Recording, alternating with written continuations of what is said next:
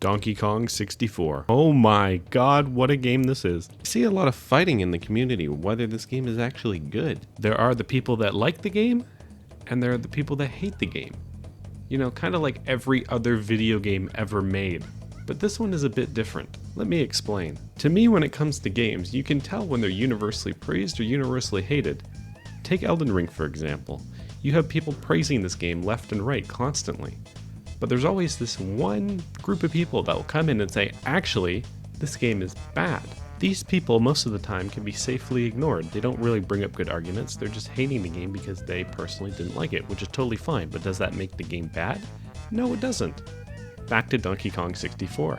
With this game, it's very hard to tell whether the majority loves it or hates it. You see a lot of forum posts, lots of videos constantly dismissing the game, saying it's bad because there's too many collectibles or other reasons they didn't like it. And you also have the opposite, saying how it's actually a good thing. But what do I think? I make YouTube videos about baby games. Who cares what I think? Just kidding. I do actually have an opinion on this game. And I actually liked it a lot. I thought it was very, very, very fun. I think this is a great game.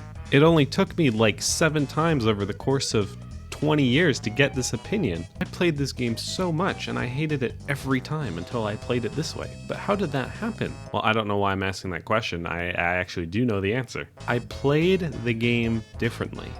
I played the game the way I wanted to play it.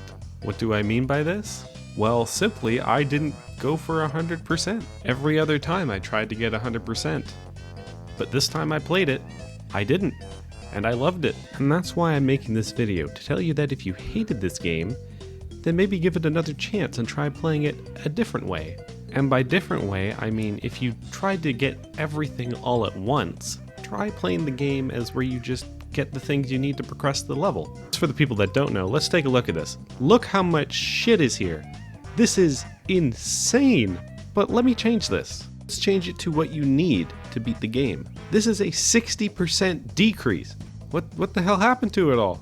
The amount of mundane stuff you have to do to get all these collectibles is now completely reduced. You're just getting what you have to do to beat the game, and that, to me at least, was a lot more fun than trying to get everything in the level before moving on to the next. It was infuriating trying to do that. But is this the fault of the game or the player? Honestly, it's hard to tell. There's another game like this that you might have heard of called Crash Bandicoot 4. If you just play through the game and don't get all the boxes, you can have an amazing time. It's a really good Crash game. If you try and get everything in the game, you're going to reduce your lifespan by like 20 years. This is miserable. And in this case, it's obviously the developer's fault. They put stuff in horrible spots to make it annoying to collect. Did they do this in Donkey Kong 64? Well, I got a lot of the collectibles in my playthrough, but honestly, not really many of them were annoying to get. Some were infuriating. Like, you see this shit? I didn't even bother. I just left and got a different banana. I'm not doing this. But the most of the ones I did were completely fine. Like, I didn't really hate doing them, and a lot of them were a lot of fun. There's only one thing that I see that is hated a lot on about the collectibles, and it's not really about the collectibles itself. It's about the Kongs that you require to get the collectibles. I hate Chunky with every fiber of my being. Almost every collectible in this game are color-coded, except a few of them. So you have to constantly swap between the Kongs to get the collectible. I don't really mind the fact that they're each color-coded. What's annoying is how long it takes to swap sometimes. There are barrels all over the map, but sometimes it takes a long time to find them and then swap to them. It's annoying. Honestly, it's not the collectibles that I hate, it's having to swap to them. That's the only complaint I have about this game. Because if you try to 100% the game, you have to swap a lot. And that's just not fun, and it takes too much time. And that's why I enjoyed the game more when I didn't 100% it, because I didn't need to swap all that often. I was one of these Kongs for a very long time before I had to swap. It was pleasant. This game has a lot of things going for it. The collectibles are just so fun looking, and they always make an amazing sound when you pick them up. The music makes me feel like I'm fighting God, but I'm fighting a beaver. Like, what the hell is this? The game has an amazing atmosphere and honestly scared me as a child. Get out! How did that scare me? And it is a platformer that is fun to platform in. Who would have guessed? There are a lot of things here that make it a good game, and it's unfortunate that for a lot of people, the amount of time it takes to collect things bogs it down. But for the people that didn't like it, I offer you to try it one more time by playing it differently. Did you try and 100% it last time? Try thinking it a bit slower.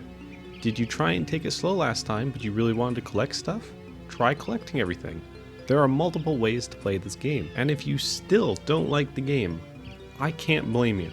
It should not bother the player getting collectibles in a collectathon. And in my opinion, I think I'm more leaning on the side where this is more the fault of the player rather than the game, but it's at the same time not the player's fault.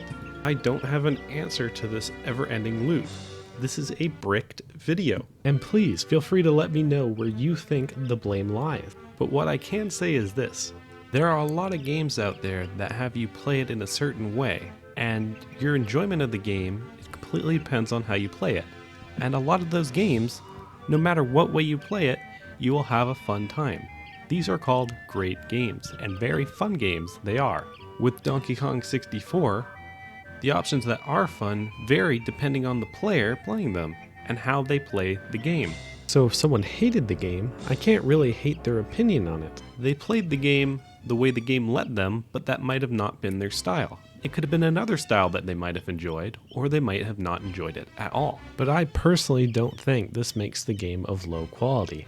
This is a fantastic and amazing game with a lot of mechanics. This is an incredibly fun platformer, but it just takes quote-unquote too much time to do it. But if you played it like I did, where you don't go for everything, then it really, in my opinion, doesn't even take that long at all. So if you played it trying to get everything and you hate how it's so long, then that's not your fault because the game allowed you to do that. But even if you give it another try and you play it differently and you still end up not liking the game, then that's fine. This game isn't for everyone. But I personally do not think this is a bad game. But I'm starting to loop this video and say the same stuff now, so I'm going to end it by saying, I hate Chunky Kong.